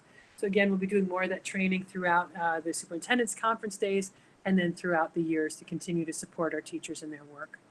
We've already talked about PPE. We have gotten a hold of specialized PPE, thinking especially of our speech teachers, phonics teachers, reading teachers who may need clear front masks. We've procured some of those to assist in those efforts, keep people safe, but allow for the visibility of interaction. We certainly have face shields, goggles, gowns, anything of that nature available for teachers who need to work in, or nurses who work in far more close proximity to particular students, to make sure that they still stay safe and students stay safe as well. And I'm going to turn over to Julia one more time to talk about some of the social emotional training that we have coming up this year related to trauma-informed instruction, responsive classroom, and DBT. Sure. So our psychologists have been working to really prepare for transition. One of the things that that was really brought up in our discussions over the summer with the elementary principals is that having students come back to school, they left a certain way, and then coming back to a place where you cannot even see the people's faces, whether they're friends or if it's their teachers. It's just a very different setting, and it could be traumatic for many students because it's not the school that they remember. And so we really want to help kids transition into this new setting, and we need the help from parents. So they've been working on some different videos on that they're going to be sending out to families through their principals to just, think about what typical stress responses in children look like. How do you help children cope with stress, separation anxiety, transitioning back to school, some tips and strategies for families. They're going to be sending that out through the principal. And so you'll have some things to do prior to help us transition the students back to school. On the first day when teachers are back, our psychologists are also going to do a presentation to the teachers just in terms of what do some of these behaviors look like in students that may be coming back with some experience that could have been traumatic for them, or even just a transition is going to be difficult for them. That's going to be part of the first day. We're also having the principals actually send out a survey to all of the families, because we do want to ask you if any family has a student that has experienced any sort of specific trauma, possibly a loss. Those things would be really helpful for the principal and the PPS staff to know. So that's really just, it'll stay private just with the principal and the PPS staff. What that'll do is that information that we collect will help us if we need to form groups, because there might be some students that may have experienced something similar. We might be able to form groups and help them process some of these things. So that's another thing that's going to go out so that we can collect data. In terms of responsive classroom, we had the first cohort of teachers who got trained last year. They're going to be they finished up their training. We have the second cohort of teachers, like Dr. Champ said earlier. So about 2/3 of our staff will have been trained at least for the first 2 days of the responsive classroom training. The training is actually 4 days long. The other 2 days will happen throughout the school year. In terms of DBT, DBT, dialectical behavior therapy, we've been using that. The psychologists have, and our TSP teacher has been using that. Teachers have been using that at K-12 in our therapeutic program, the therapeutic support program. We're actually going to expand that so that that is a tier 3 service for students that may be having a lot of challenges with self-regulation, emotion regulation, interpersonal relationships and things like that. At the secondary schools, we're actually going to also bring a universal tier 1 learning to 6 through 12. So in the elementary, we're going to continue with responsive classroom, and then DBT universal, DBT Steps A program, we're going to do that at the secondary. All right, thank you. All right, and this brings us to the last topic of the evening, and then we can deal with some questions. So as you saw from our email on Tuesday, well, last Friday we did survey to find out students with health issues. And again, I think I said earlier, we wanted to know that in case there's additional support that might need to be provided to those students to be successful in a full virtual model. We did expand that on Tuesday and offered that option for 100% remote for anyone, any parent who wants to choose the 100% remote option for their child. So again, it will be based off the hybrid model. So it would just be staying home and tuning in each day to the lesson. Lesson materials would be provided through Google Classroom, live time right along with the class. And students would have the, we call it academy period, that's what we call it at the secondary level, virtual office hours daily for elementary, a short period in the morning and then a longer period at the end of the day to stay connected to their teachers and get support. Certainly parents and students can email teachers at any time, call teachers, and they've been incredibly responsive. So that would still be available, of course. Whether we are hybrid or whether a parent chooses 100% remote, it's important to know that we are requiring daily attendance from the remote learning. We are required as a district to take daily attendance, to report daily attendance, and to follow up to make sure that students are daily attending. So I say that because I know that some folks are exploring alternate opportunities for when students are not at school. We have to require them to attend, so we will be taking attendance daily. We have certainly we don't have control over what you choose to do to supplement, and there's other things, and those are for folks, parents, to decide, make their own decisions about how to support and help coordinate their child's education outside of school. But just please know that we have that requirement, and we'll be looking to be taking attendance daily for the students who are remote. Our committees are still meeting to nail down really how we're going to handle assessments, diagnostics, benchmarking, test quizzes, things like that. We may need students to come in periodically for assessments, but that's to be determined. So more information will be coming on that as school gets closer. And we did, again, based on yesterday's email, request that parents let us know their intentions by next week so that we can start to plan accordingly. We are asking folks to commit to a trimester. That is to help us plan. And this is where I know we get into all variations of questions and customization and personalization of what people would like. Many people want full-time at-home instruction. Many people want full-time in-person instruction.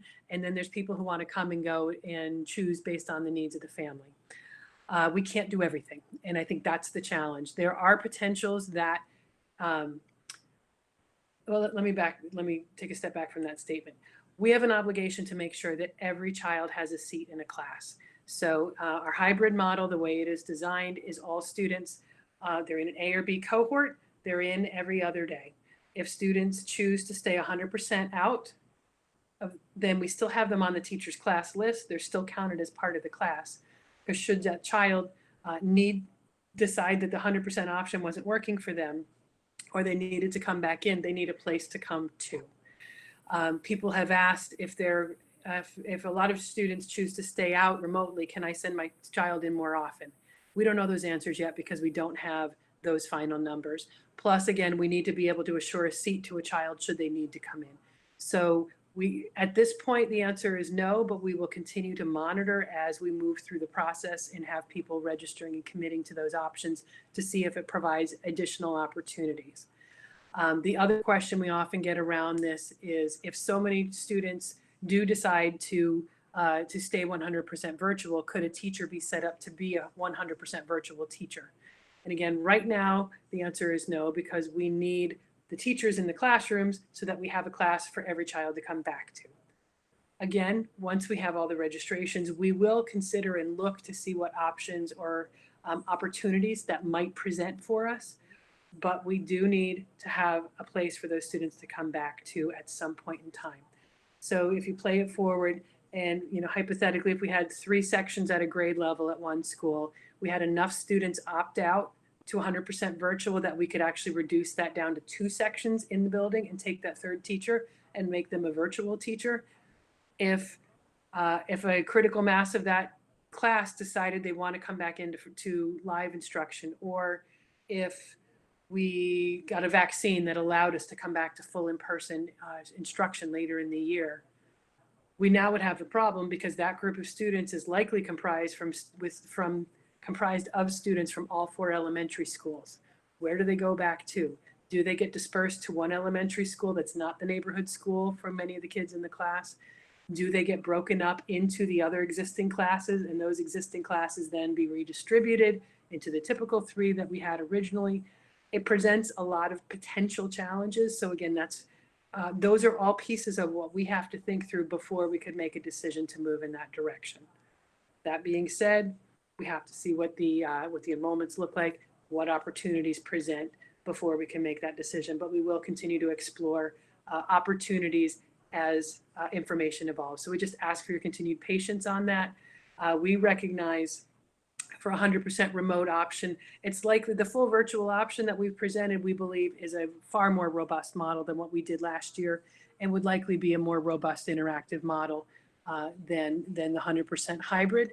But again, there's a lot of variables and constraints that don't allow us to be able to do that at this point in time. But we will continue to look and see what opportunities present themselves. And actually with that, we are at the end of the formal presentation. And I think what I will do at this point is stop sharing my screen and go back to the list of pre-submitted questions. I know we're already at an hour and a half, so I'm just going to skim through some of these that just to see if we've touched on them or not, and maybe call on some of the administrators who are with us tonight to assist so you can hear a different voice. When does the school need to know if students will attend hybrid or distance learning? We'd love to know that by next Monday, if possible, via the survey. Kindergarten, certainly a lot of concerns around kindergarten, about screen time, about attention span, and what kind of support parents would be expected to provide on remote days. So I'm going to open it up to any one of the elementary principals or Dr. Thompson. Would any of you like to address kind of the vision of what kindergarten might look like for the student and for the parent at home on remote days? Yeah, so on remote days, I mean, we recognize that kindergartners need a lot of support. I mean, they're only 4 or 5 years old, and we can't expect them to be completely independent at that age. That's where we see our 3rd, 4th, and 5th graders heading. And so, through our Google Classroom, which will be our main platform, the lessons will be there, the materials will be there. So helping your child navigate to that, and then you would have all of the materials you would need there. I think the other thing to think about for kindergarten is we also recognize that they need a lot of breaks. They're not the kids that are going to sit for a 45-minute lesson and then do independent work. That's not how kindergarten works in a typical way. And so it's not how we envision it in a remote way as well. And so the classroom teachers are really thinking about what is the most important learning that has to get across? How do we do that intentionally so that kids aren't on the screen the entire time? Because we recognize that screen time is also an issue. And so, what activities can we give kids that we know they can be independent with? with the materials that we can provide them. And so that is part of the kits that we're putting together, or some of those tactile materials. So kids are actually moving blocks around or moving letter tiles around, and getting used to that piece of it, which we also know that kinesthetic learning is really important for kids as well. And so, a lot of that developmental piece is going into the planning of what the lessons will look like, the materials for kids to work on independently. But, in all fairness, I know that 4 and 5-year-olds do need an adult. Classroom teachers will tell you they need an adult.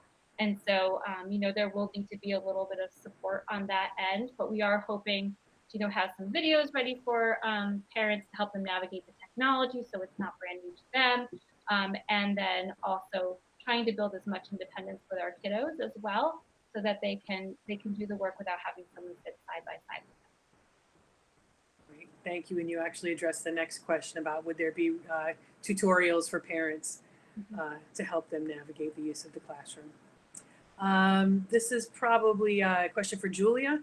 A lot of the presentations and meetings have been focused on plans for mainstream population. Will there be additional meetings for parents of students with disabilities so they can have a more targeted opportunity for questions? Yes, absolutely. I did schedule a meeting for next Wednesday, and I sent out an invite to everyone. So if you actually didn't receive one, please send me an email, and I'll be happy to share that meeting information with you. And since you're up, can you talk a little bit about plans for students who have IEPs who struggle with remote learning and need additional support? What would you advise? So we're actually putting together also some tips and strategies for parents that we're going to be sharing. We understand that it is going to be very difficult, or it was very difficult in the spring, and I know that you're anticipating it to be, anticipating that it'll continue to be difficult. I think the fact that there's going to be a lot more contact with the teacher, I think is going to make a huge difference. But also seeing the small, having the small group instruction will also be very helpful in the hybrid model. Even though the classroom will be live streamed for the kids that are remote at home, and there may not be interaction with the teacher, the small group instruction, if there are 2 students, because the nature of the small group instruction, if there are 2 students in front of you and let's say 2 students online, the special education teacher will actually address all 4 students, because it is possible to do that. You don't have 10 kids in front of you and 10 kids remotely. So all small group instruction, they're going to do their best to group them by cohort, but sometimes that might not work out. So they will do their best to address everybody all at the same time. So there will be that contact with teacher for every session. Great. Question, will parents have the opportunity to view student setup to have some peace of mind about how children will socially distance? I don't know that we've got an opportunity to see it, but I know that our principals will be having meetings and talking really more specifically about what things will look like at the building level. So I think that hopefully will add some peace of mind once you've got more specifics about your specific school and how students will move around it. Our after-school programs available. We are in discussions to continue both Pelham Children's Center and Junior Wonders as we have in the past. We know that they're crucial programs for families. Those are probably the only programs that will be allowed in the schools after hours. So those hopefully will be available for you. We've addressed that one.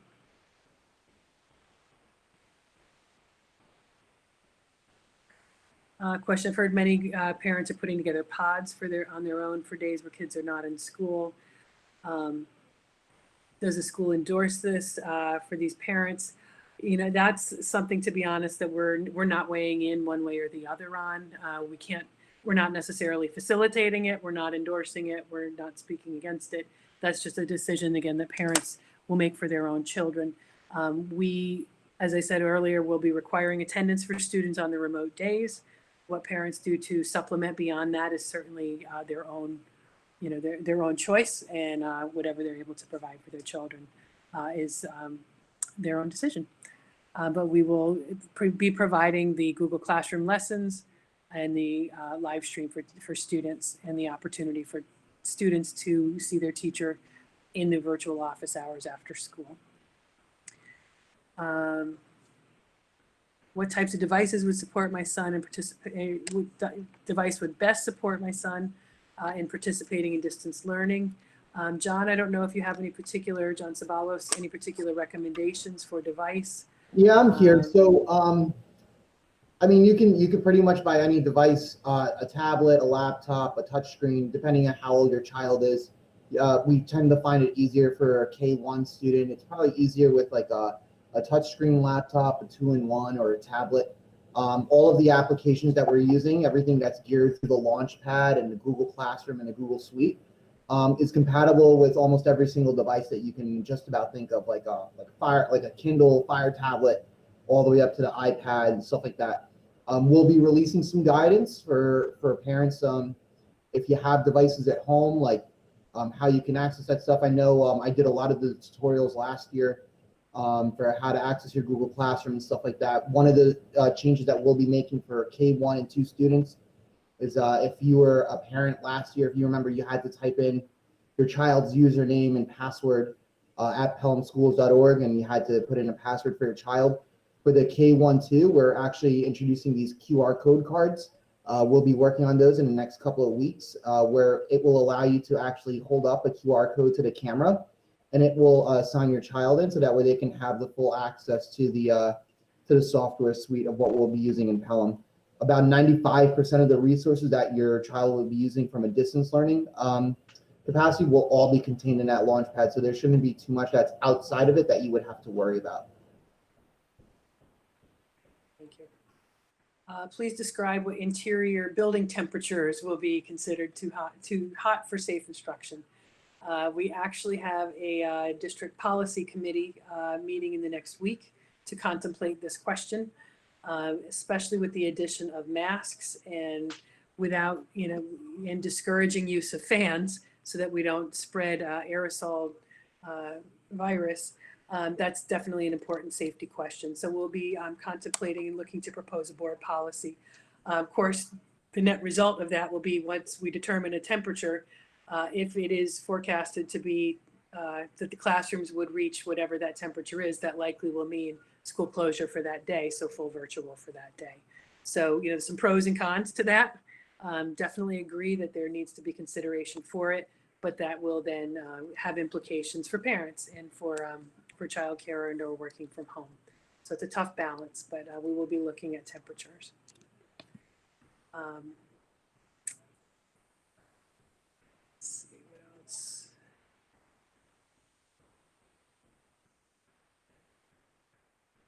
Supply lists. I wonder if one of the elementary principals might be willing to talk about, will we receive supply lists that we need to buy for our children? Is there a recommendation about, we already talked about recommendations of computers. Could you talk a little bit about, or Dr. Thompson, any of you, about what the vision is for supply kits that school would provide and what parents would be asked to provide?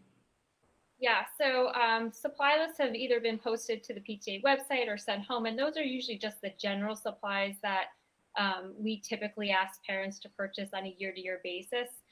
Clearly, if there's hand sanitizer on there, you probably won't be able to find it, so don't worry about it because the district will be issuing hand sanitizer in each of the classrooms, so that's not a big deal.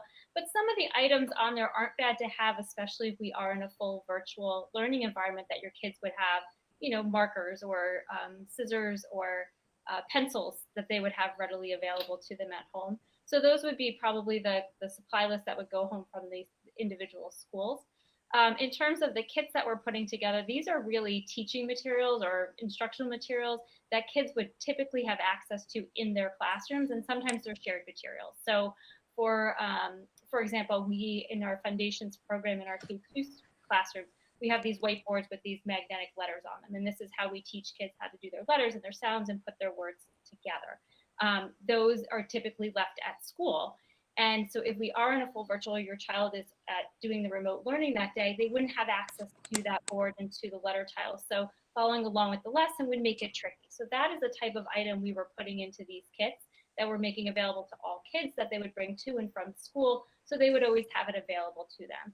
There's also a ton of math manipulatives that are also involved in these kits. So kids would not be sharing their base 10 blocks. So they would be able to make their numbers with their own materials without having shared materials. So the kits that are coming from the district are really the instruction materials that kids would have access to on a daily basis, that they would have as their own, so we're not sharing materials between students. Great. So next, since lunch is going to be taken in the classrooms, will lunch happen at the same time for all students? Can kids be picked up from school and eat lunch at home? Anybody want to tackle that one? So depending on your building, we probably will not be hosting lunch for all K-5 students at the exact same time, because the other piece of that is when kids are at lunch, the opposite is recess. And so we also know that all of the buildings, we have some limited spaces for kids to play outside, but we also recognize how important that outside play is, and fresh air would be very welcome for all of our students. So most likely kids will not be eating K through 5 all at the same time. I will tell you at Hutchinson, they will not be. It is not feasible. But again, your building principal will go through all of those details.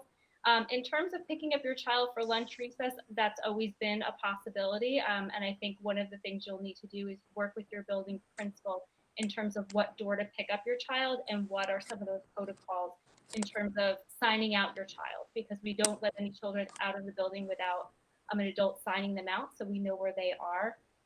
But we want to do that safely. So we don't want to have 20 people held up necessarily, let's say at the greeting station, because it's hard to social distance at that spot. So how to manage that. But of course, children are always welcome to go home for lunch. Oh, and just to add on to that, and like Cy knows, some of the classrooms were very small, so it might not be feasible to have lunch in the classroom for everyone. So there might be some instances where there are other areas utilized for lunch. I just want to put that out there before you ask me how come your child isn't eating lunch in the classroom. Thank you for that clarification. Another question, as of today, we have not received our daughter's cohort assignment. How do we find this information out? Please contact your school's principal. They have that information and we'll get you that answer. And another question had to do with HEPA filters. Have HEPA filters been installed and or can people donate those? I'll ask Jim to chime in on this. I know that we're currently awaiting the analysis to determine what is feasible for upgrades to our system. So Jim, is there anything you want to add regarding HEPA or HVAC? Right. So thank you. Well, what we are doing, we have done all the preventative maintenance on our equipment that we need to do. That is consistent with CDC guidelines. Right now, we don't have HEPA filters on those pieces of equipment, in particular the HVAC units at the high school, at the middle school. Once we receive that analysis from our engineers, they'll tell us how high a level of filtration we can place on that equipment. You know, when you put that type of filtration on the system, it can inhibit some of that airflow and it can actually damage the equipment, as I've been told. So we want to make sure we don't do that, but we are able to get the highest level of filtration that we can possibly get through the equipment. Great, thank you. All right, so now I'm going to the chat and I see that some questions have been answered, which is great. Has a decision been made about whether or not the hybrid model is going to be implemented? I know people are trying to pin me down on this one, and the hard part is things keep changing quickly. So what I would say is we are preparing to be ready to open in a hybrid model, but also need to remain open to the possibility that things could change between now and the start of school. And then as I've given numerous examples of how they could change even once we're back in school. So we're preparing to be ready for both, actively preparing right now to make sure that we're ready for hybrid in particular, because that's physical and we need to make sure our spaces are ready physically for it. Question about, will the support teachers be holding sessions during the IE time blocks? I don't know, Julia, Maria, or one of our principals. Yes, the IE blocks will be utilized by all of the interventionist teachers for the different tiers, as well as special education teachers and related service providers.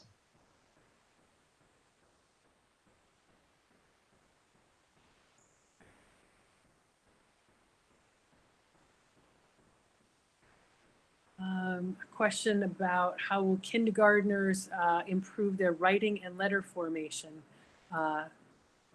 if students are fully in, if they're fully remote or if everything is online. I know there's been discussion around this, maybe even as part of the some of the materials that'll be going home. Someone want to speak to that? Kindergarten and writing development. Yeah, so as part of I was just talking to a kindergarten teacher about this, about, you know, a lot of times we do hand over hand and you can't, when you physically can't stick your hand through the computer. So there are some materials we will be using to help, but, you know, nothing will ever take the place of that in-person learning that happens between teachers and students. And so, you know, I think all of these models, they're great, but we all know that our in-person teaching, the way we've always done it, is what is best for kids. We just, given a pandemic, can't do that right now. And so, you know, we'll be working very hard to come up with solutions to do the best we can for our students. We also, just to add to that, we teach handwriting through foundations, and those materials are materials that we're talking about having at home with children. So that will probably help as well. And I know teachers are being very creative in creating individual kits that students can have at home or at school that will help them with letter formation in ways that don't have to have teachers interacting with children directly. So, and they're doing it in fun and creative ways. So. Foundations materials that the school district will be providing to our K-2 students were granted to us through the Pelham Education Foundation. And part of those kits actually has students practicing their letter formation and either on dry erase boards, as Mrs. Gerald said, or even on these, what they're called magic boards, which the students love. So they will be doing that at home, and then the teachers.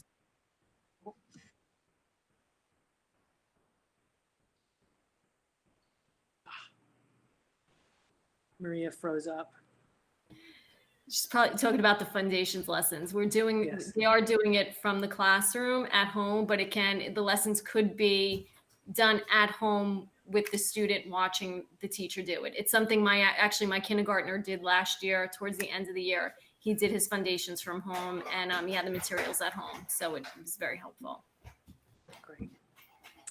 Another good question here. In terms of teacher planning, are they teaching lessons 1 and 2 to cohort A and then reteaching to lessons 1 and 2 to cohort B? No, actually the goal of this is that instruction is moving forward every day. Because you're right, if it would be redundant if we were just doing the same lesson for both groups when they're only in person. And that's again piece of why we wanted to have that live stream in there so that instruction could move forward every day. Okay. We've answered some of these since. Will the slides be available after tonight's meeting? Yes, the slides and the video will both be posted. Alex, can you remind the folks where those will be posted, please? Absolutely. They'll be posted to the district website on the homepage under the news and information section. And then also we'll have it available on the reopening plan website, which is linked off of all the school and district pages. And then anyone who's viewing on the YouTube live link right on that same channel, the link to the meeting will be available right away following the meeting. Great. What does rolling refer to as far as rolling arrival and rolling dismissal? One of the principals speak to that as well. So the rolling arrival allows us to stagger the students coming into the building. So typically, if you've been there at arrival and you open the doors and there's that floodgate of students who are super excited to run up the stairs and get to their classrooms. We can no longer do that. So they need, throughout the hallways, there are 6 feet markers to remind students how to stay 6 feet. There's directional signs, but we need to build in some time to allow kids to walk at 6 feet to their destination. So that rolling window really allows us to get all of our kids in safely into their classrooms. And again, that rolling is going to look different at each building based on the facility. So your building principal will give you more details to that. So also, I know I touched a little bit on this, but I know you guys may be able to better describe it than I did. What will recess be like this year?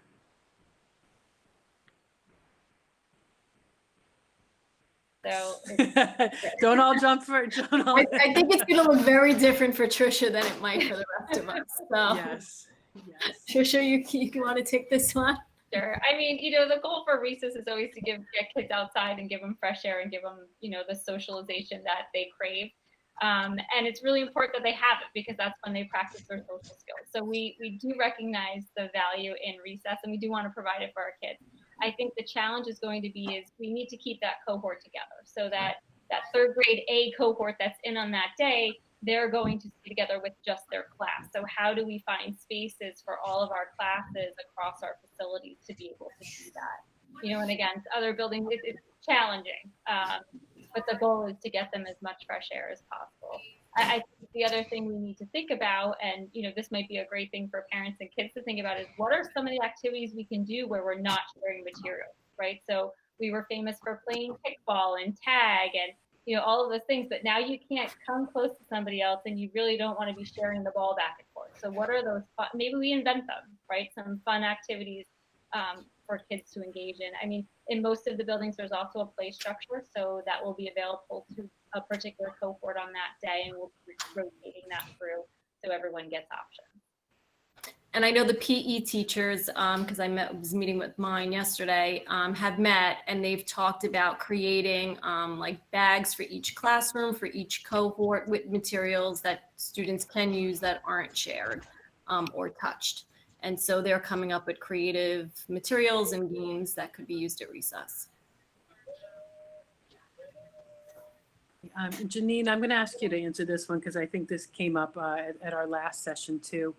About what if a student can't maintain their focus and follow the live stream, and about lessons being recorded. Can we kind of speak to that?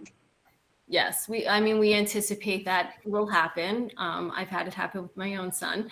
Google Classroom is going to remain the platform that we use, whether we are in a hybrid model or we are all virtual. And so teachers will be maintaining a Google Classroom.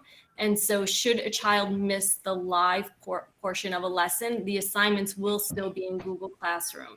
As far as certain subjects, like let's say reading and writing, it might not be the recorded lesson of the actual teacher teaching, but we are part of Teachers College and they have been working really hard to create mini lessons that support their units of study. So because we are a school that follows Teachers College, we are able to use those lessons. So those lessons will be used for the teacher during the mini lesson, but they could also be posted in classroom for kids to have access to, should they not be able to attend, or if they attend and they're still stuck and they want to see it again, they'll have access to those materials. A number of questions about students wearing face shields instead of masks. The guidance that we've seen at this point is that masks are the requirement, or masks are what are required, and not enough evidence that face shields necessarily provide the same level of safety for others. So at this point, the requirement would be masks. If there's a unique circumstance, medical or otherwise, that's something that I would say to speak to your building principal about to see what options are available. Another question, if we decide to opt out to private homeschool our child, are there guidelines? Where can we find additional information? There are guidelines on our website. If you go to the parent section, actually just go to the search feature and look up homeschooling. That should get you there. You can also email Dr. Garcia. His office oversees homeschooling applications.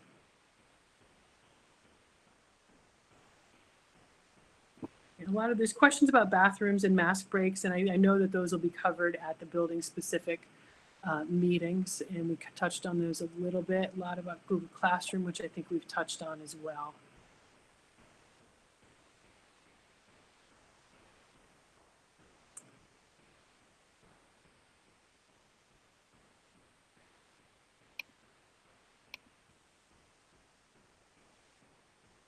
And the classes we said are actual classes that parents can review. I'm thinking this question is about the 4K cameras. John Sabalos, are you still on the line? I'm still here. Can you talk a little bit about the 4K cameras? Yeah, actually, I'm on it right now. So the way you're looking at me is I'm actually using one of the cameras. I'm in my house. We have, so they're ideally they're document cameras. So they were invented for if you were to have a sheet of paper, you can project what's going on the paper onto your smartboard. Now, the way these cameras are going to be used, the teachers are going to have options when it comes to using the cameras. So ideally, the teacher shouldn't be using the camera to project it to show what's going on the smartboard. Because if there's something going on the smartboard, they should simply just do a screen share like you saw with Dr. Champ today in her presentation. There's no need for them to actually take the camera and point it to the smartboard because it's just a simple screen share. What they can be using the camera for is something like this if they needed to talk to the students at home, if they need to show something on like a dry erase, if they needed to handwrite something out. I think that's where you're going to see a lot of the cameras that are used for. The microphones are actually built into it. We've demoed it in 3 different classrooms before because the mic is built into it. It picks up sound pretty well. And that's all I have to show about that. I hope that answered whatever questions you had with the document cameras. All of the classrooms throughout Pelham have them, so it's not just instructional spaces, but speech and language, they'll have them in their offices, interventionists and stuff like that. Everyone's going to be equipped with some sort of document camera in order for them to be able to provide any sort of remote learning from wherever they're going to be. John, could you also address if we have wireless outside so that we could stream if people are using outdoor or not classrooms? Yeah, this question came up earlier today. Right now, none of the Pelham schools are suited with outdoor access. I know there was questions about if they wanted to take the cameras outside so that they could stream it from whatever, their laptop or Chromebook. Right now, we have 0 wireless access. So as of right now, we do not have access to or the ability to do that from outside. We are looking into some options with that, but stay tuned as we get some updates with that. But as of right now, that is a no. Okay. Question, will students eat lunch at school on half-day Wednesdays? No. Usually when we do a 12 o'clock release throughout the year, we do not do that. So that's a no. So we will fill that time with additional instruction for those that would have been going to lunch.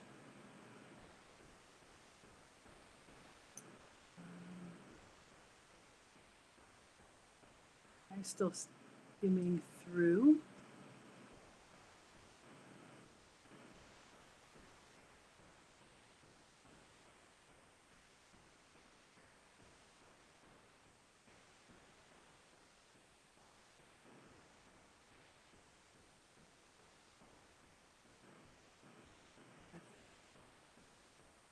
Thankfully, a lot of these have been answered, so it's just trying to skim through what has already been answered. Is there a nurse dedicated to each school? Julia, would you address that? I think it's just, Yes. I know you did here, but I think it's worth stating to the group Yes, in case they didn't see it in the chat. Yes, we absolutely have a nurse at every school.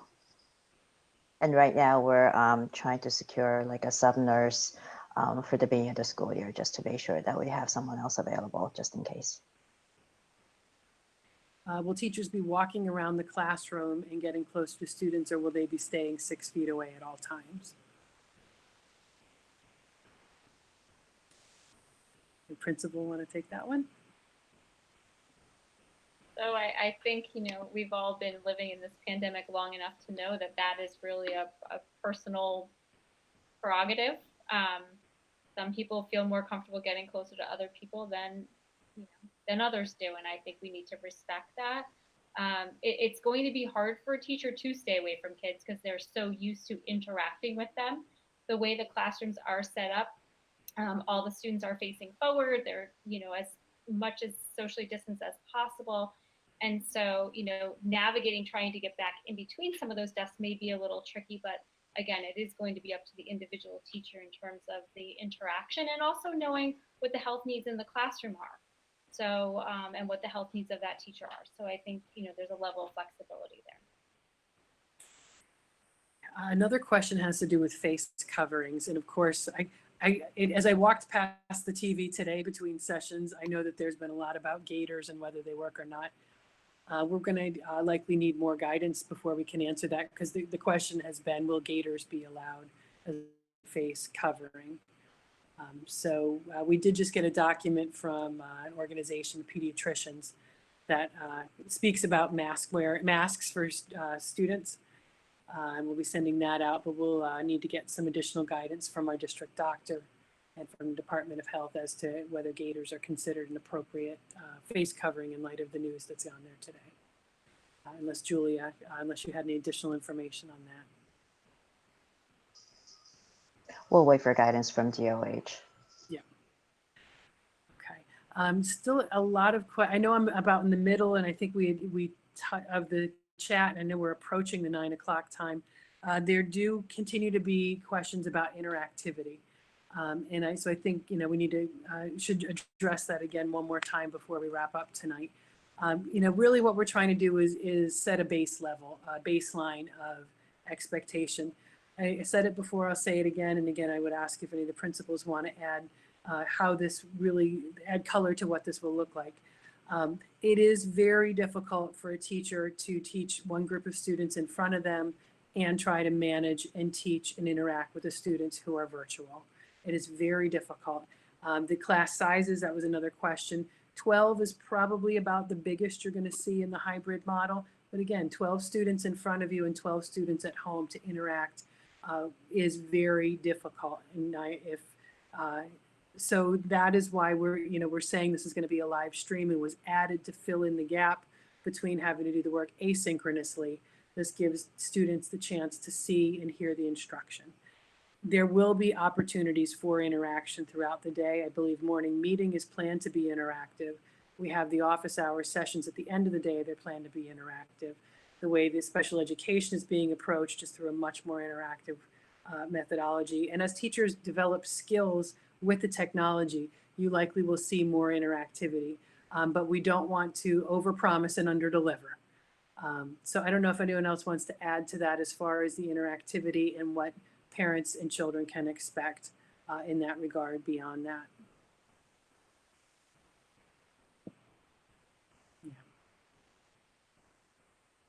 Yeah. And this is where I do think things like reaching out to the teacher, being sure to attend the virtual office hours are going to help.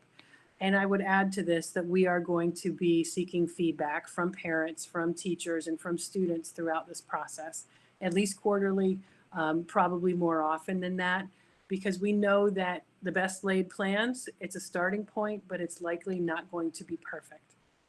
So we're going to start with this model. We certainly have heard feedback that's come, to all of us at the district, to the Board of Education, taking this back as we finalize plans and looking for ways that we can shape the plan. And to a large degree, we're going to need to try some of this before we know what it will really look like. Again, we all lived through the spring model and had experiences with that, which is very different. We've had folks working on this plan and putting forward a plan that we think is viable.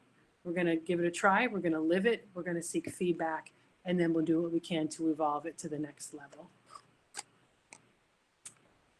And I think with that, we're at 9 o'clock. So I think we're going to need to wrap up for tonight. But thank you very much for folks for being here. Thanks to the administrative team who is here tonight, contributing to the answers and then the development of the plan to begin with, but contributing as well to answering questions for parents tonight. And I thank you to parents for taking the time, an extensive amount of time to be here.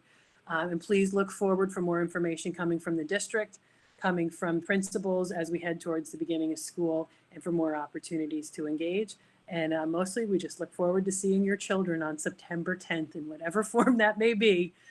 We can't wait to see them. We miss them and look forward to the time where we get to work together with them again. So be safe. Thank you very much. Have a great rest of the summer, and we'll see you soon. Have a good night.